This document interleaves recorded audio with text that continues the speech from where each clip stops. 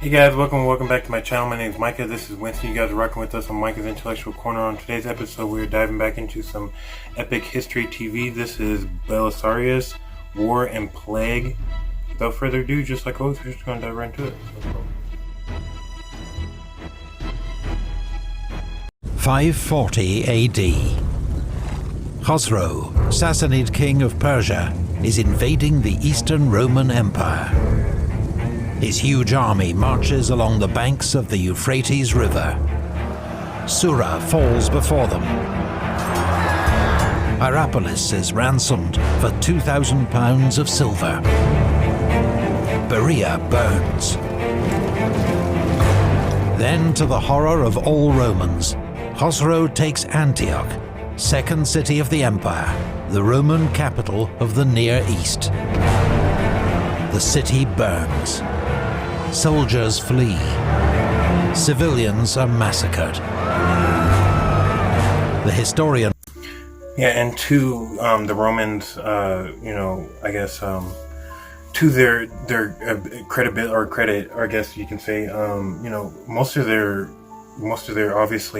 thoughts and most of their soldiers and stuff like that were out in the West reconquering Western territory from the Visigoths and all them. So obviously we know why this happened and why it was so easy for the Persians, or I want to say the Parthians, or not Parthians, but the Sassanids, to be able to come in and tear up so much that they did. But let's go ahead and see how Belisarius handled it anyway. Historian Procopius writes, "I become dizzy as I write about such a great calamity, and transmit it to future times to remember. I cannot understand why it should be God's will to exalt the fortunes of a man or place, and then to obliterate them for no cause that is apparent to us." After years of victories, Justinian's empire is rocked by this devastating onslaught. The emperor can send only his cousin Germanus and 300 soldiers, with a promise of a great army to follow. But there is no great army. Roman forces are tied down fighting Justinian's wars in the west. Instead, he will dispatch his greatest general, Belisarius, and pray for a miracle, little knowing that the empire is about to be plunged into an even greater catastrophe, unlike anything the world has ever seen before.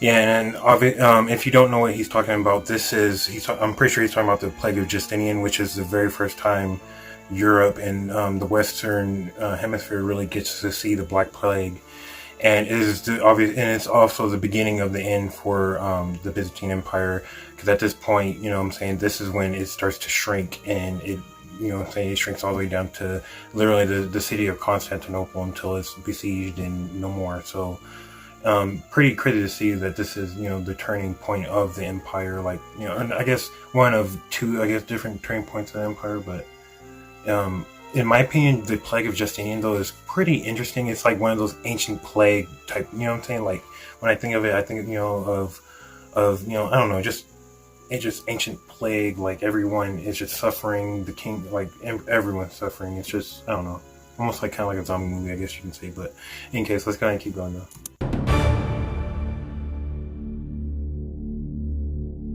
Peace just 8 years before. But Khosrow had looked on with growing alarm as Roman forces, led by Belisarius, had reconquered first North Africa, then Italy. Half in jest, Khosrow asks Justinian for his share of the tribute, since these victories are only possible because he's granted the Romans peace. But the joke is wearing thin. Khosrow receives envoys from the Goths in Italy. And any Roman emperor should already know, that internal peace or whatever, any type of treaty that they ever sign should always be looked at with a grain of salt. Because, think about it, these two empires have been going at it since it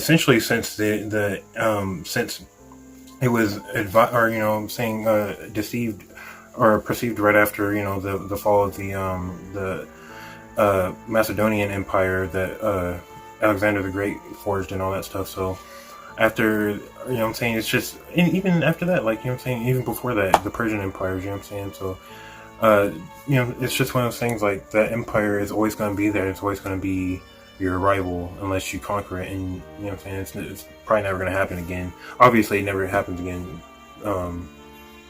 past the Arab, or the rise of the Muslim rise and all that stuff. So let's keep going. Envoys from the Goths in Italy and the Armenians, who beg him for aid. Justinian, they tell him, has conceived the desire of seizing the entire earth.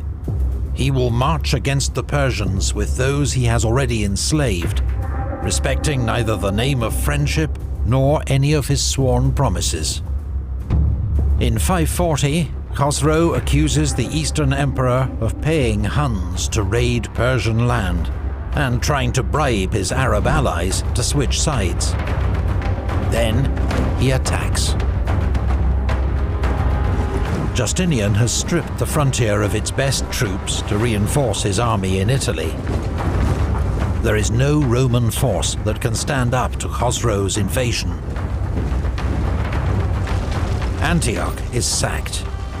Survivors are enslaved and sent to Persia. Khosrow then marches to the coast and symbolically bathes in the waters of the Mediterranean. He moves on to Apamea, where he demands 1,000 pounds of silver, but lets the priests keep their piece of the true cross. He then fixes the local chariot race, so that Justinian's favourite team, the Blues, lose. Justinian agrees to pay Khosrow 5,000 pounds of gold, with 500 more to be paid annually, in exchange for a truce. Satisfied, Khosrow sets off for home. However, he does not let the truce prevent him from extorting several more payments en route. It is the Eastern Roman Empire's greatest military humiliation in 3 centuries. Everyone was talking about Belisarius.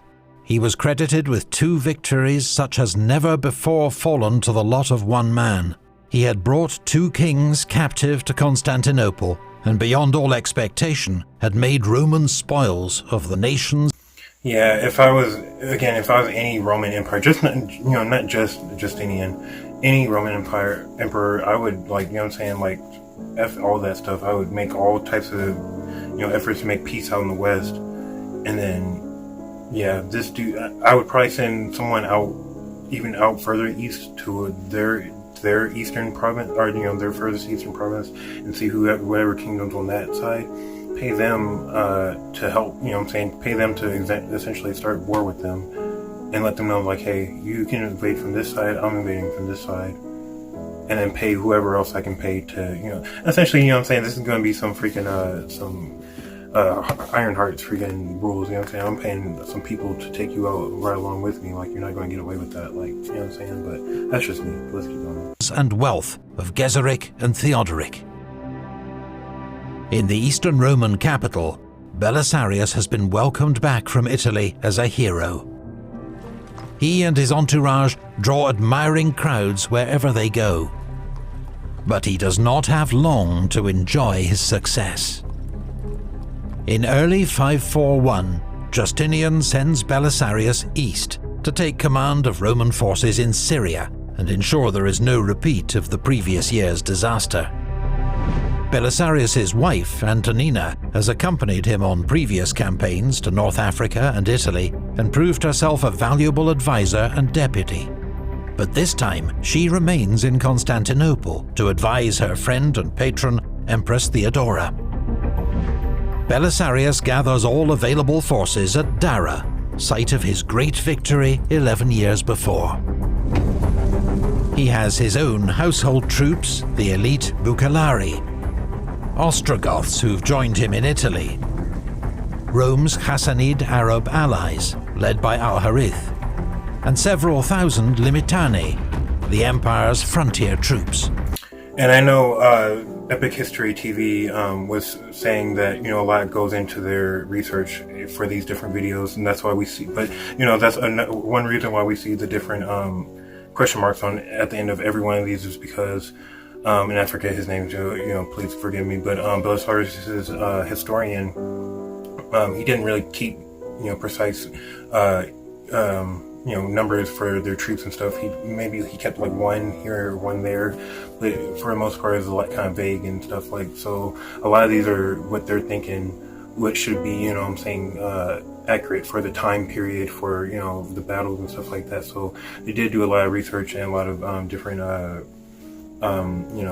time that went into this. So I do appreciate that from them, because I can definitely appreciate a lot of research, because whenever I do my own original videos, a lot of research goes into those too, and that can give me a really big headache, but it does make for a really good video. So with that being said, let's go ahead and keep going. Procopius does not tell us the size of these forces, so we can only make educated guesses based on circumstantial evidence. Local Roman forces are shaken by the events of the previous year. Belisarius spends several weeks reorganizing these men, re-equipping them, and rebuilding their shattered morale. When Belisarius learns that Khosrow and the main Persian army are far away in the north, campaigning in Lazica, he decides to go on the offensive and targets the Persian city of Nisibis. This fortified frontier city is too strong to assault directly, but Belisarius hopes the garrison can be lured out and defeated in battle, allowing his troops to rush into the city, mingled with the retreating enemy. Belisarius camps 5 miles from Nisibis, close enough to tempt the Persians to attack, but far enough that they can't easily retreat back to the city. But one Roman commander, Peter, camps far too close. Worse, he ignores Belisarius' warning to be on high alert at noon, when the Persians are most likely to strike. The Persian commander, Nabides, spots this isolated Roman force and attacks. See, this is why in today's forces, stuff like this can get a commander, Article 15 or even worse, court-martial, because one, not only are you putting people's lives at danger, soldiers' lives in danger for no reason because you don't want to listen, but also you're putting the whole entire mission as a whole, which is putting the whole entire country as a whole, in jeopardy. So, but obviously back in these days, in these ancient times, well, antiquity times, we don't see that. So, but it is interesting to see. Let's keep going. Peter immediately sends a rider to Belisarius calling for aid. But Belisarius and the rest of the army have already seen what's happening and are on their way. Before they can reach Peter, his force is hit by the Persian cavalry. After a brief fight, his troops scatter. 50 men are killed. A Roman standard is lost. When Belisarius arrives with reinforcements, he drives off the Persians, who retreat into the city, leaving behind more than 100 dead. But the loss of a Roman standard in such a pointless skirmish is a bitter blow.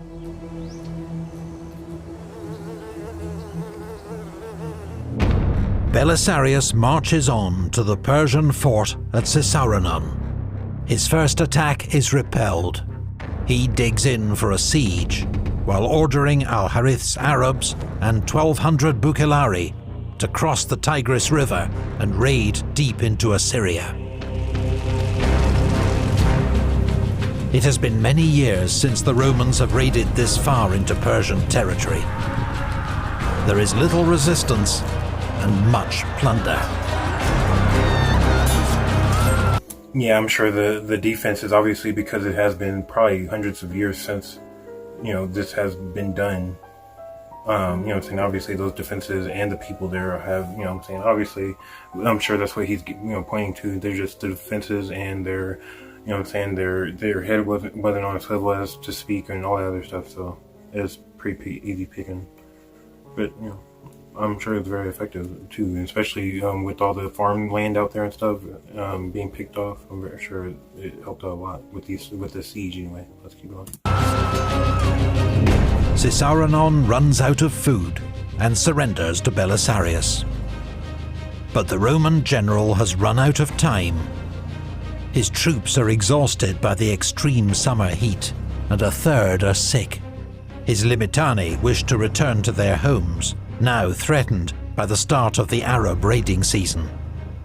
While Al-Harith and his men have gone AWOL. It later emerges they've ridden straight home to avoid sharing their loot with the Romans. Belisarius, having achieved as much as he can with his limited force, withdraws back into Roman territory. At the opening of spring, Khosrow, son of Kavad, for the third time began an invasion into the land of the Romans with a large army, keeping the Euphrates River on the right. The Emperor Justinian, upon learning of the inroad of the Persians, sent Belisarius against them once more. 542 AD. Belisarius spends the winter in Constantinople, but in early spring, news arrives that Khosrow is preparing to invade again. Belisarius races back to the Eastern Front, using horses of the famous Cursus Publicus, the Roman postal service, with fresh remounts at every stage. A journey that normally takes a month can be completed in around 8 days. Local commanders warn that Khosrow is approaching with the biggest army yet. They want to hole up in Hierapolis and hide behind its strong walls. Belisarius has a different plan. If Khosrow were attacking any other people but Romans, this plan of yours would be safe and sensible. But as immediately after leaving here this barbarian plans to fall upon some other territory of the Emperor, be assured that to die bravely would be better in every way than to be saved without a fight. For this would justly be called not salvation, but treason. So come as quickly as possible to Europos, where, after collecting the whole army, I hope to deal with the enemy as God permits. Khosrow is counting on another lucrative plundering expedition. This time he plans to raid Palestine and pillage Jerusalem. But when he hears Belisarius himself has arrived and is gathering a Roman army at Europos, he hesitates. He sends an envoy, Abandanes, to meet Belisarius on the pretext of reopening negotiations, but really to gauge his strength. For almost the first time in 10 years, Procopius is not at Belisarius' side. He has remained in Constantinople. In fact, his days of campaigning with the great Roman general are over.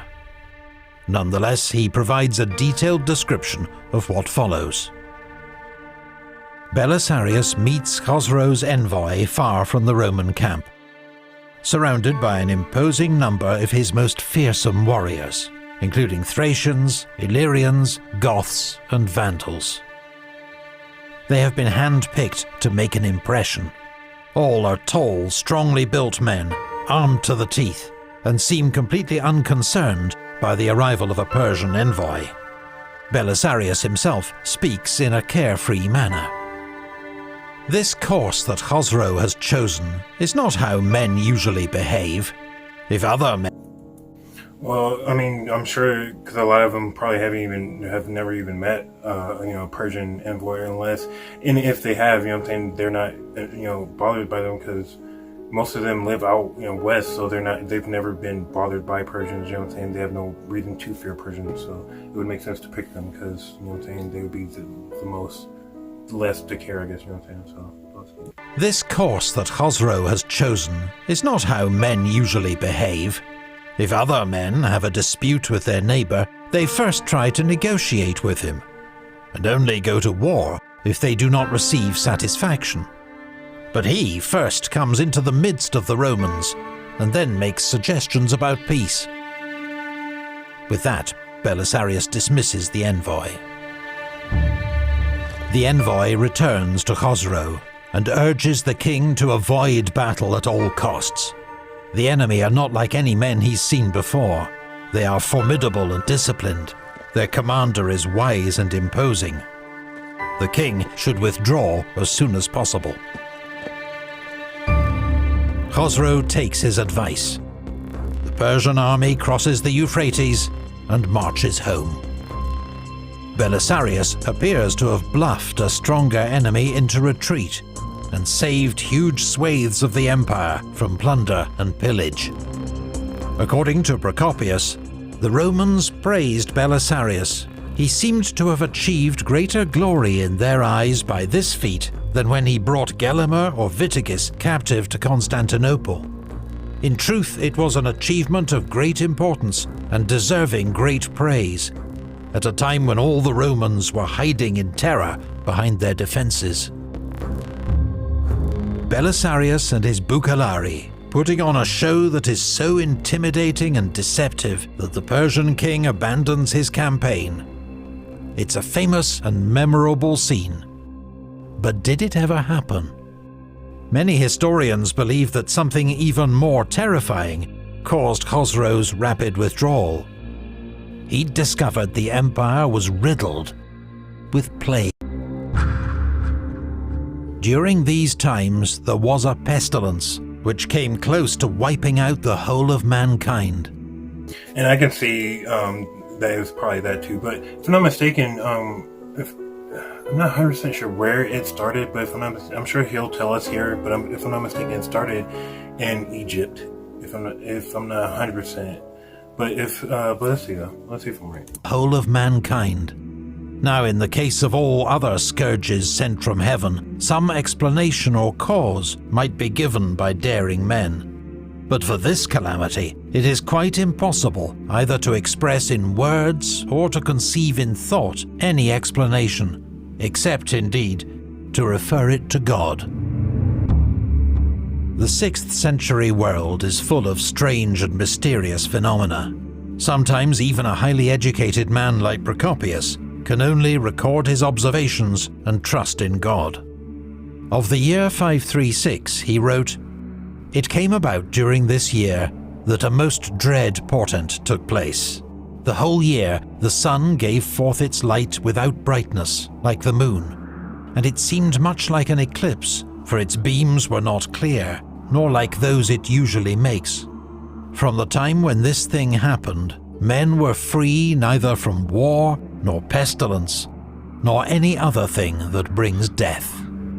Which I'm sure, again, he'll say something about it, but I just want, just in case he doesn't, if I'm not mistaken, that was this whole, the dust in the air and all that stuff, I'm pretty sure was brought on by an actual volcano, which, if I'm not mistaken, was erupted all the way in, like, modern-day Indonesia. Like, that's how far away it was, but that's why I'm sure Procopius doesn't know, like, he doesn't recall hearing anything or seeing, anything crazy like that. He just remembers that for the entire year, there was dust in the air that pretty much made the sun dull like the moon and stuff like that, which makes sense from that. And it's just kind of crazy to think about, like, that along with plague and war and all, like, yeah, again, this is when it goes down as the worst year in human history, so let's keep going.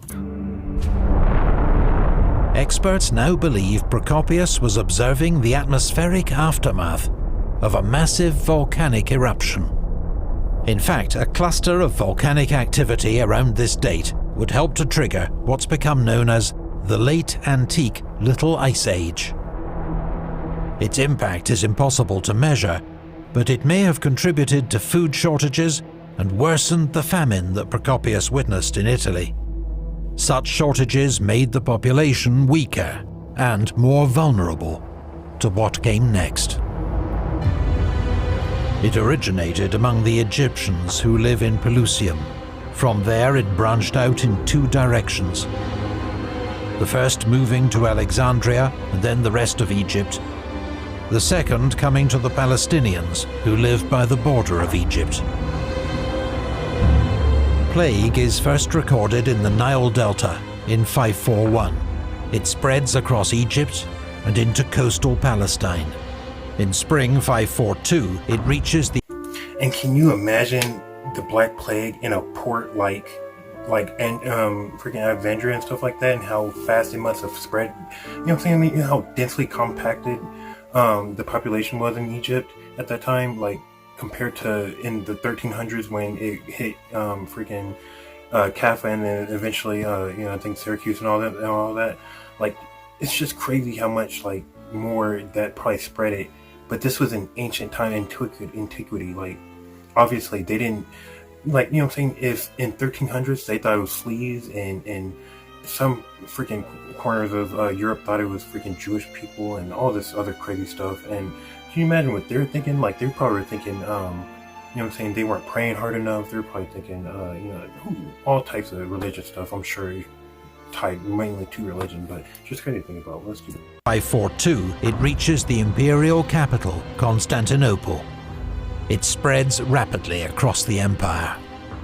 In 543, plague reaches Persian-ruled Armenia and the Kingdom of the Franks. Recently, plague victims have even been identified in Anglo-Saxon England. Procopius is in Constantinople when the plague strikes with full, terrifying force. They fell ill in the following way. Suddenly they became feverish. Some of them when they rose from sleep, others while they walked about or doing any small thing. The body did not change colour or become warm like a regular fever, nor did it burn up. Rather, at first, the fever was so mild that it gave no cause for alarm, either to victims or the doctors who treated them. But then on the same day or the next, a bubonic swelling appeared. This happened around the groin, also inside the armpit, sometimes by the ears or the thigh. Some victims, Procopius writes, fall, which we know as today as the lymph nodes. Everybody has, you know, obviously everybody has lymph nodes, and these very soft spots, like right here under your armpits, by your groin, right under, I think right under your jaw right here. And if the Black Plague, if I'm not mistaken, carries the disease straight to those lymph nodes, and it swells them and makes them disgusting, and to the point where they start to rot away and bust and stuff like that. And can you imagine this in freaking 6th century, you know what I'm saying, AD? Like, this is like, already there's no baths, or, you know what I'm saying, barely. People are probably, you know, people in these days probably are bathing with olive oil and stuff like that. You're not bathing. There's no bathing with olive oil, because you have to scrape olive oil off. So there's no doing that. You're just festering in your own sweat, and just, you know, it's horrible. Just thank God that we live in the time that we do. You know what I'm saying? I thank God every day. So let's keep going. Victims, Procopius writes, fall into a coma-like state, unable to feed or care for themselves. Others are seized by madness, shouting wildly and running into the streets. Some died immediately, others after many days. In some cases, the body blossomed with dark pustules about the size of a lentil. These people did not survive a single day. They all died immediately. Many others suddenly began to vomit blood and perished immediately. I must also state that the most eminent doctors predicted that many would die who shortly afterwards were unexpectedly free of all sickness. They also claimed that many would survive who were destined to perish almost immediately. Thus there was no cause behind this disease that any human reason could grasp, for in all cases the outcome made little sense. DNA analysis of human remains from this and later pandemics has identified the cause of this terrifying disease, a deadly bacterium called Yersinia pestis. Procopius is at the center of the world's first bubonic plague pandemic. The second, 8 centuries later, is known as the Black Death. The peak of the pandemic lasts 3 months. On the very worst days, the death toll in Constantinople alone may be as high as 10,000. Between a third and half the city's population perish. Entire households are wiped out. The city's graveyards overflow, and corpses are crammed into city watchtowers. It was not easy in those times to see anyone out and about, for all were holed up in their homes. If you happened to chance upon someone going out, he was carrying one of the dead. All work came to a standstill. The plague hits the empire's... Yeah, if I'm not mistaken, the 14th century Black Death outbreak is more famous and synonymous with, you know, just horror and grimness and stuff like that, because at that time, obviously, you know, as time goes on, the population density in Europe was probably at, like, you know what I'm saying, an all-time high, especially in France and England where it hit the most, and Italy where it hit the most. Those were like super densely you know, compacted places compared to, you know, 6th century you know, Eastern Rome. So obviously, and especially you know, the way that you know, people actually wrote, you know, recorded stuff like that, I'm sure it was way better than it was in this time. So because I'm sure if we would have got more detailed reports of how it was in Egypt and stuff like that, I'm sure, you know what I'm saying, it'd be horrible. But you know, and obviously in 14th century Europe, it's so, like, you know what I'm saying, it was on an apocalyptic scale because there was so many people dying because it was so densely compacted, and the people who were still alive were making notes of this stuff, made such detailed notes. So that's why, you know, in my opinion, I say it's more famous than this is, even though both of them are pretty much, in my opinion, the same. They're pretty grim, and, you know what I'm saying, like, they're both apocalyptic, and, you know, it would just be insane to think about. But let's keep on. Great cities hardest, but the pestilence also reaches deep into the countryside. Then Emperor Justinian himself falls sick. News soon reaches the army in Syria. There are even rumors that the emperor is already dead. Belisarius and his generals discuss the situation, but we have no reliable information on what is said or by whom. Justinian has no children. The succession will be an uncertain and dangerous time. Their own role may be decisive. They may even discuss who among them is best placed to succeed the emperor. Unexpectedly, Justinian makes a full recovery. But Empress Theodora has learned of the generals' meeting in Syria. Her informers tell her that Belisarius and another general, Buzes, had said they would not support any new emperor proclaimed in Constantinople. Theodora regards these words as treason, a clear sign they will turn against her if her husband should die. Belisarius and Buzes are summoned to Constantinople for questioning. Theodora cannot prove their treason, but both men experience a sudden, dramatic fall from favour. Procopius claims that Buzes spends more than 2 years in a secret prison. Belisarius, the emperor's most successful general, escapes imprisonment, but his disgrace is total. He is dismissed from command and loses much of his fortune. His famed bucellari are split up and distributed amongst other commanders. Belisarius lives in Constantinople as a private citizen for more than a year. While abroad, Justinian's empire slides towards crisis. The plague has killed a multitude of Roman citizens and soldiers, and severely disrupted government, trade, and taxation. In Armenia, a Roman offensive ends in humiliating defeat. In North Africa, Berber rebels defeat the Romans and... If I was Belisarius, I would have took Buzes and freaking went out west. Because remember, if I'm not mistaken, like 2 videos ago, they were saying that they would gladly make him emperor because they would rather him be emperor than Justinian. So, you know what I'm saying, take them up on that offer and ride, you know, gather as many people as you can. I don't know how many people would take that offer and go out west, but who knows, you know what I'm saying? I would take it rather than, you know what I'm saying, live like that personally, but especially after all he's done for the emperor and all that, you know what I'm saying, but, you know. Defeat the Romans and kill Solomon the governor. While in Italy, the Ostrogoths have rallied under a new king, Totila, retaken most of Belisarius's gains, and again threaten Rome itself. Justinian is desperate for a general who can take command in Italy and turn the tide of war. 544 AD. Belisarius is recalled from disgrace and given back his old command in Italy. But the emperor has no troops to spare, and Belisarius's bucellari are still in the east. This time he will have only 4,000 recruits that he must hire and equip himself to reinforce the demoralized army in Italy. And in Totila, he faces a far more dangerous adversary than before. He is poorly resourced and has been ungratefully treated by his emperor. But Belisarius loyally marches to war again, in what will prove his final campaign.